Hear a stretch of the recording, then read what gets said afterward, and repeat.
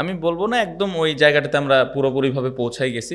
But একটা জিনিস দেখেন, আপনার হাতে যখন কোয়ালিটি বোলিং অ্যাটাক থাকবে, ওই টাফ টাইমটা আমরাও এখন দিতে পারি বা দিতে পারছি আস্তে আস্তে। সো ওই জায়গাটা থেকে এই ব্যাটেলগুলো যখন হয়, তখন আমি বলবো যে একটু আমরা আগাই থাকি, কারণ আমাদের হাতে ওই ধরনের অস্ত্র আছে। আমরা বোলিং বা ফিল্ড প্লেসমেন্ট করে ওই অ্যাটাকটা ওদেরকে করতে পারি। পাশাপাশি যে বিষয়টা আপনি মেনশন করলেন, টেস্ট ক্রিকেটে এই জিনিসগুলো হয়, এটাই আসলে সৌন্দর্য।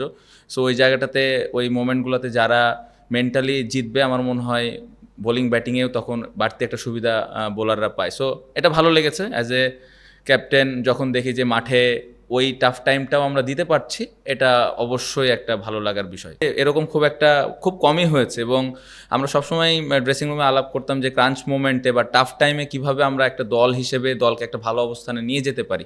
এই টেস্টে আমি বলবো যে টসে হারার পর এরকম কঠিন সময়ে ব্যাটসম্যানরা ভালো রান দিয়েছে বোর্ডে, দুই টেস্ট ম্যাচেই। কারণ ব্যাটিং ফার্স্ট অনেক চ্যালেঞ্জ ছিল, আর তাদের ভালো পেস বোলারও ছিল। সো আমি বলবো যে এটা হিউজ ইমপ্রুভমেন্ট।